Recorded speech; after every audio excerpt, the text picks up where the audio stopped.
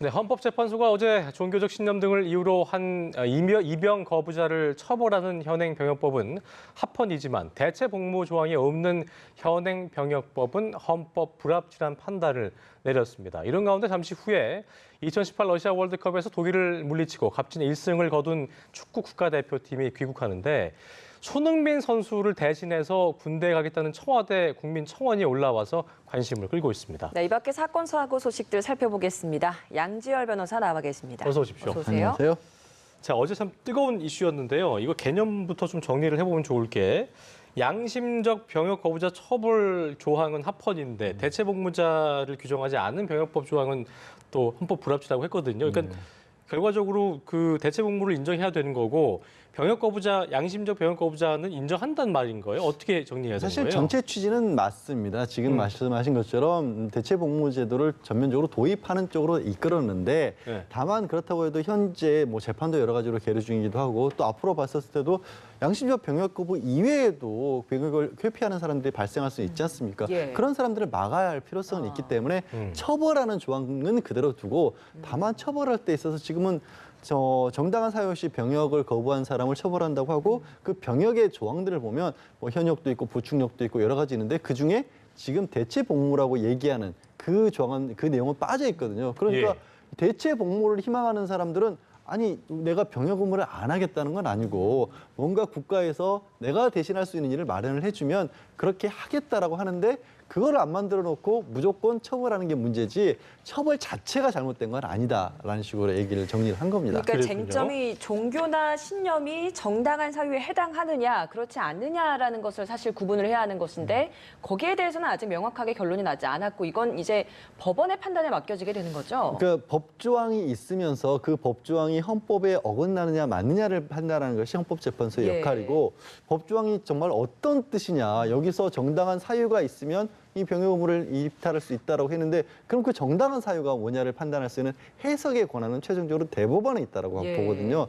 대법원에도 관련 재판이 지금 올라가 있기 때문에 그 부분에 대한 판단은 아마 대법원에서 할 것이고 그 해석 차이 때문에 사실 하급식 법원, 1심 법원에서는 같은 법정을 놓고도 어떤 사람은 유죄라고 판단하는 곳도 있었고 어떤 판사들은 무죄로 또 판단하는 사람도 있었거든요.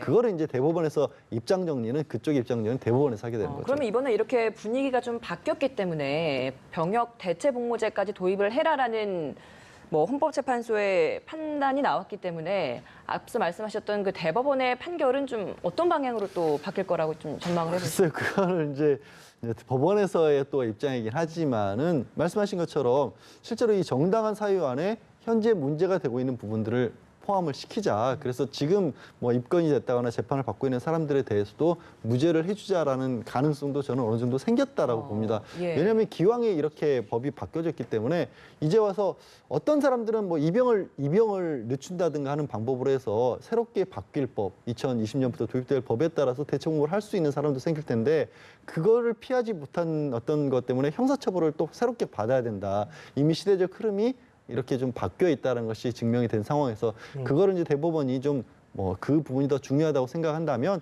적극적으로 반영을 하겠죠. 어제 그 판단이 나오고 나서 이런 생각이 들었습니다. 그러니까 형이 확정됐거나 아니면 집행 끝난 분들, 이런 분들 같은 경우는 나는 억울하다라고 볼 수 있을 테니까 이런 분들이 재심 청구할 가능성도 충분히 있는 거 아니겠습니까? 그거는 불가능합니다. 왜냐하면 처벌 규정, 그러니까 형사처벌을 하는 규정은 합헌이라고 판단을 한 거거든요. 그게 만약에 위헌이 나오게 되면 어떤 일이 벌어지냐면 지난번에 2011년에 판단을 했었을 때 합헌이라고 판단했으니까 그때부터 최근까지 지금까지 형사재판에 뭐 처벌을 받았거나 수사를 받았거나 한 분들은 그때는 합헌이라고 봤지만 그 이후에 사실 이번에 위헌 판단이 나왔으니까 형사처벌 규정이 없어진 것이다. 그래서 소급해서 재심도 청구하고 무죄 재판을 청구할 수가 있는데 이왕의 형사처벌 규정 자체를 바꾼 건 아니기 때문에 그렇겠네요. 그러니까 이 방법이 어떻게 보면은 이제 법적 안정성이라는 표현을 쓰는데 법적 안정성을 깨지 않으면서도 혼란스럽지 않게 하면서도 또 앞으로 미래에는 이 대체복무제를 통해서 좀 어떻게 보면 양심의 자유, 종교의 자유를 조금 더 존중해 주는 쪽으로 내린 헌법재판소의 결정이었다. 그러니까 만약 어제 양심적 병역 거부자를 처벌하는 것 자체가 위헌이라 했으면 이제 그게 다 문제가 되는 거잖아요. 그렇습니다. 소급해서 2011년 지난번 마지막 헌법재판소 결정 이후 나왔던 형사 재판 결과는 다 뒤집어야 되는 거죠. 그렇군요. 알겠습니다. 그렇다면 이제 내년 말까지 대체 복무 규정을 만들어야 할 것이고 내년 말에 이후에는 생겨날 것이라는 게 이제 거의 확정이 된 상황인데 네. 그렇다면 그 기간 사이에 이전에 이제 양심적 병역 거부를 하는 사람들에 대해서는 어떻게 해야 되는 것이냐 이것도 좀 궁금한데요. 그게 이제 각급 법원들이 참 고민이 생길 예. 것으로 보입니다. 그럴 것 같아요. 왜냐하면 예. 2년 정도이기 때문에 실제로 법원에서 재판을 길게 연장을 해서 나중에 그 법이 바뀐 뒤에 그 사람이 예를 들어 재판을 받고 있으면 대체복무제가 도입이 됐으니까 저는 이 방법을 따르겠다고 한다면 네. 그거를 존중해서 뭐 형사처벌을 안 할 수도 있는 거지만 재판이 상당 부분 무르익어서 예를 들어서 결론만 내려질 정도의 상황에 이르렀는데 예. 또 어떻게 보면 이제 지금 병역의 31세인가요? 나이가 있지 않습니까? 이제 그 나이를 넘겨서 이 재판에서 만약에 무죄를 선고를 하게 되면 아무것도 안 해도 되는 사람이 생길 수도 있는 거고 이거는 재판뿐만 아니라 형사 입건이 된 경우에도 비슷할 것으로 보여요. 그래서 예. 어느 정도 법원 내부에서 가이드라인을 만들어서 자 이제 법이 만들어질 때까지 그러면 그 사이에 형사 재판에 넘겨진 사람들에 대해서는 어떻게 할 것인가를 좀 정리를 해야 할 겁니다. 네. 일이 많아지겠네요, 확실히. 근데 국방부도 일이 많을 거고요.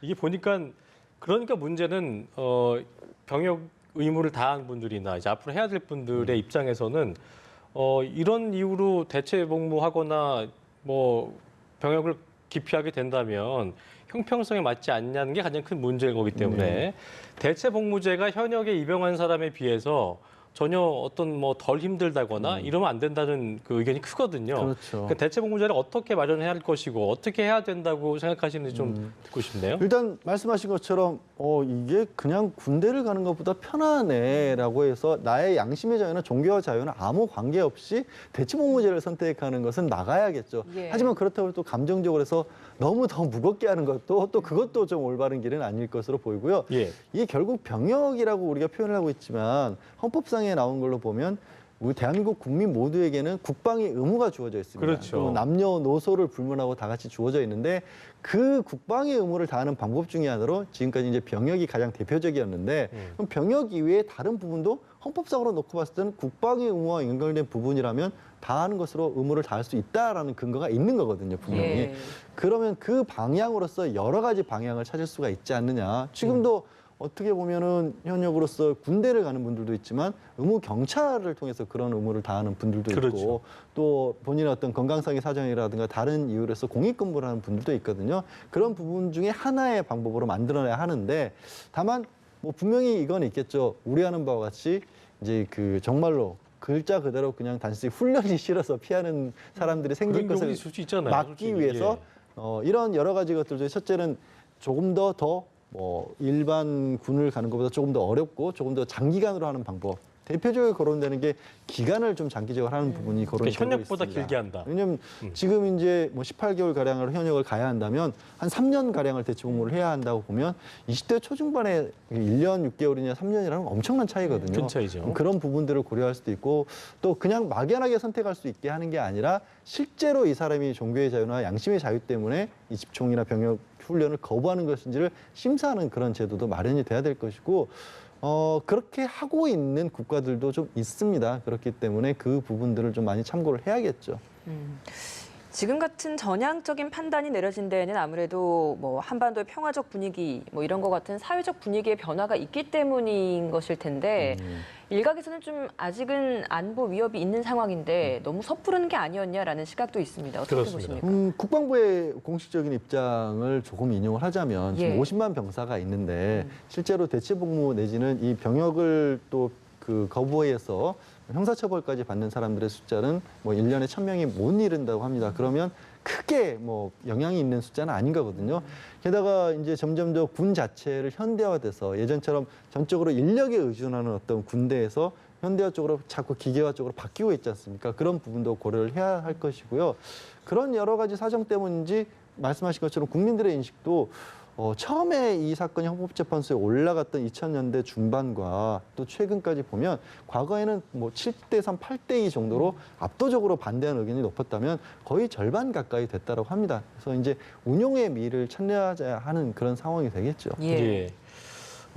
대체 복무 얘기를 좀 더 하자면 그래서 아까 보니까 양심, 그러니까 종교적인 이유 때문에 그렇게 된다면 집총을 거부하는 거여서 뭐 일종의 평화주의자분들이기 때문에 일이 좀 더 그러니까 근무 자체가 힘들어진다든가 기간이 길어졌을 때 만약 그거를 거부하게 되면 이제 그거는 처벌이 되는 건데 그런 종류적으로 그러니까 대체복무의 어떤 형태를 좀 얘기하자면 어떻게 좀 생각해 보신 게 있으세요?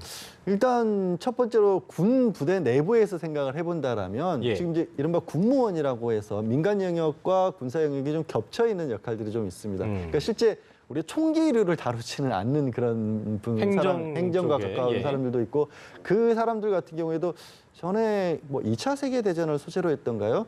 2차 세계대전에 참전하게 된 병사가 있었는데 그 사람이 지금 문제가 되고 있는 종교를 가져서 그 간호병으로만 참전을 해서 끝까지 총을 안 들고도 2차 대전 내내 종사했던 사람의 일화가 영화로도 만들어져 있거든요. 예. 뭐 그런 부분들을 생각해 본다면 그것도 상상력이 가능할 것으로 보이고 지금 우리 사회 곳곳에도 뭐 공무원 인력으로 확충을 해서 통해서 해결한다고 하지만 봉사라든가 복지활동과 관련해서 많은 인원이 필요한 부분들도 있거든요.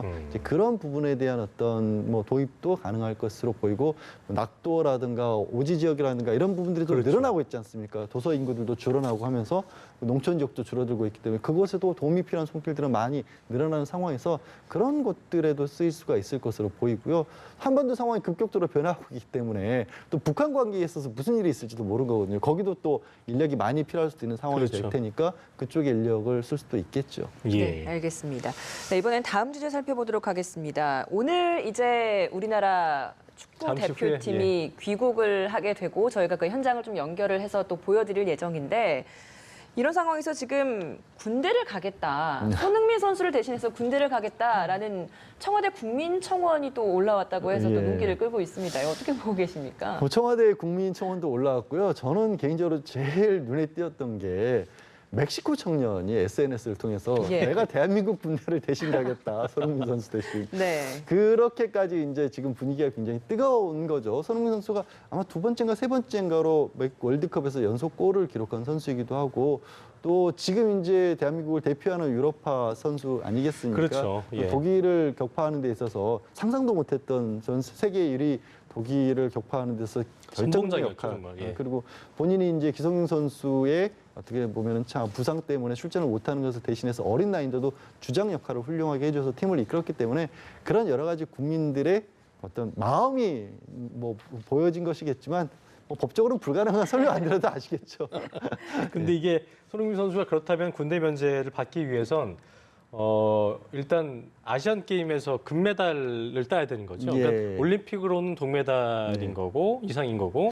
과거에는 이렇습니다. 60년대부터 이제 대한민국이 스포츠라는 것을 국제 무대에 선보이기 시작하면서 그때만 해도 코리아라는 이름 자체를 전 세계에서 몰랐지 않습니까? 그렇죠. 그래서 국위 선양의 필요성, 공로를 인정해서 과거에는 뭐 그냥 올림픽 정도가 아니라요. 뭐 청소년 축구대회, 유니버시아 대회 이런 데에 나가서 메달권에만 들어갔었어도 군 면제를 해줬습니다. 그러다가 점점 그 필요성이 많이 줄어들었고 이제 최종적으로 남은 게 올림픽은 동메달까지 인정을 하고 아시안 게임 같은 경우에는 금메달을 따야 하는데요. 현재 국가에서 정해놓은 방침이 그렇기 때문에 이 손흥민 선수, 골키퍼 조현우 선수도 아직 예, 군 문제가 해결이 안 맞습니다. 됐거든요. 그 두 사람만을 위해서 법을 고치는 것은 이제 특별법 안 전형적인 되겠죠. 예. 특별법 원칙 위반이라서 위헌 사례가 되는 겁니다. 예, 알겠습니다. 알겠습니다. 그만큼 국민들이 이 둘을 굉장히 응원을 했다라는 걸 충분히 느낄 수 그러니까요. 있었던 것 같습니다. 아시안 게임 우승을 바라야겠네요. 예, 그렇습니다. 네, 다른 주제에서 또 예. 살펴보도록 하겠습니다. 요즘 제주도 예멘 난민 문제가 굉장히 시끄러운데 정부가 이제 난민 신청 제도를 악용하려는 사람들을 걸러낼 수 있도록 법적 장치를 마련하겠다라고 하면서 대책을 내놨습니다. 이 네. 대책들 보면 좀 어떤 생각이 드시는지 궁금하거든요.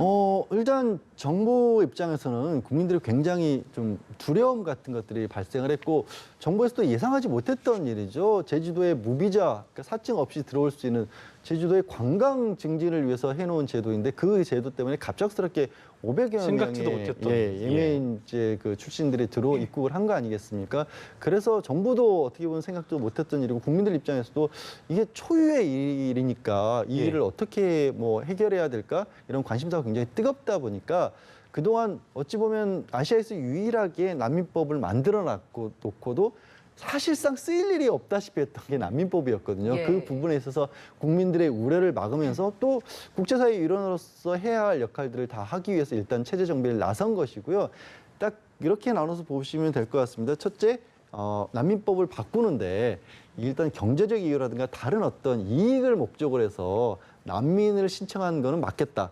지금 뭐 언론에서도 그냥 난민이라는 표현을 예멘 난민이라는 표현을 쓰고 있긴 하지만 법적으로 이 500여 명 전체가 난민으로 인정된 건 아니거든요. 그러니까 내가 난민이라고 주장을 해서 난민으로 인정해달라는 신청을 한 다음에 우리 국가가 심사를 해서 심사에서 통과가 돼야 난민이 되는 거거든요. 법적으로는.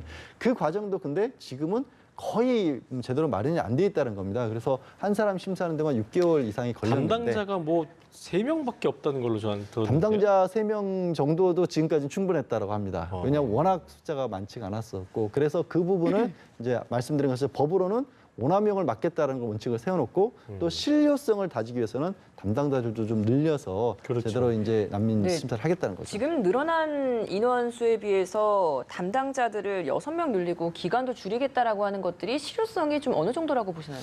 근데 말씀드렸다시피 지금 예멘은 일단 무비자로 들어올 수 있는 국가에서 제외했습니다. 그래서 추가적으로 못 들어오는군요. 이 사람들이 예. 이분들이 들어올 수 있는 가능성은 없어졌거든요. 예. 그러면 뭐 무한적으로 좀 늘릴 수도 없는 거예요. 지성에서 또 한반도 지형의 특수성상 이게 육로로는 불가능하죠. 사실상 아직까지 북한이 막혀 있기 때문에 그렇죠. 그리고 우리 이제 해상로로 바다가 알려져 해상로도 있죠. 우리나라가 그렇게 해상로를 이용해서 다른 국가에서 난민들이 많이 들어오는 국가는 또 아니거든요. 그렇죠. 인접 지역도 없기 때문에 그래서 현재로서는 약간 절충책 비슷하게 6명 정도로 일단 늘린 것으로 봐야죠. 참 근데 이게 보니까 앞으로는 예멘 그 난민들을 받아들일 수 없게 한다고 했지만 지금 들어온 분들을 뭐 추방할 수도 없는 일이고 근데 그렇다고 이 상황에서 청와대 국민청원 게시판에는 난민 신청 불허 청원이 50만 명을 넘었기 때문에 네. 청와대가 또 답을 해야 되는 부분인데 참 인권적인 생각에서 보면은 이걸 뭐 그렇다고 막 이방인이라고 내칠 수도 없는 거고 받아들이자니 굉장히 좀 두려움도 막연한 아까 말씀하신 것처럼 막연한 두려움도 있을 테고 여러 가지 어떤 치안 문제도 좀 뭐 우려가 될 수 있을 테고 어떻게 좀 바라보고 계세요? 일단 오늘 발표로 청와대가 국민청원에 대한 답을 저는 대신 나왔다라고 봅니다. 법적으로 진짜 난민인 사람들만 인정을 하겠다라는 것을 법에 명시하고 그거를 걸을 수 있는 장치를 뭐 실효성 있게 만들겠다라는 거거든요. 500명 전체가 난민으로 인정받을 가능성이 얼마나 될까요? 지금까지 뭐 기간을 어떻게 잡느냐에 따라 다르긴 하지만 대한민국의 난민 시청에서 받아들여진 퍼센티지가 2% 남짓 정도거든요. 그러니까 500명으로 따졌을 때도 20명 정도가 여태까지 통계로 본다면 될 가능성이 있기 때문에 그렇게 두려움을 뭐 막연한 두려움을 가질 상황은 아닌 걸로 보고요. 난민 확인은 어떻게 할까요? 그것도 애매한 것 같아요. 그게 기간이 오래 걸리는 게 왜 그러냐면 네. 어쨌든 어렵더라도 본인이 신분이라든가 그 국가에서 해당 국가에서 사회적 위치라든가 아니면 지금 왜 무엇 때문에 난민으로 지위를 신청하고 있는가를 그럼 구체성을 좀 보겠다는 거죠. 본인에게 입증 책임을 두고 있습니다. 상당 부분은. 그래서 그걸 검증하는 과정이 오래 걸립니다. 그러겠네요. 알겠습니다. 뭐 이 부분 좀 지켜봐야 될 부분인 것 같습니다. 지금까지 양지열 변호사와 함께 주요 사건 이슈들 자세히 짚어봤습니다. 오늘 말씀 고맙습니다. 네, 예. 고맙습니다.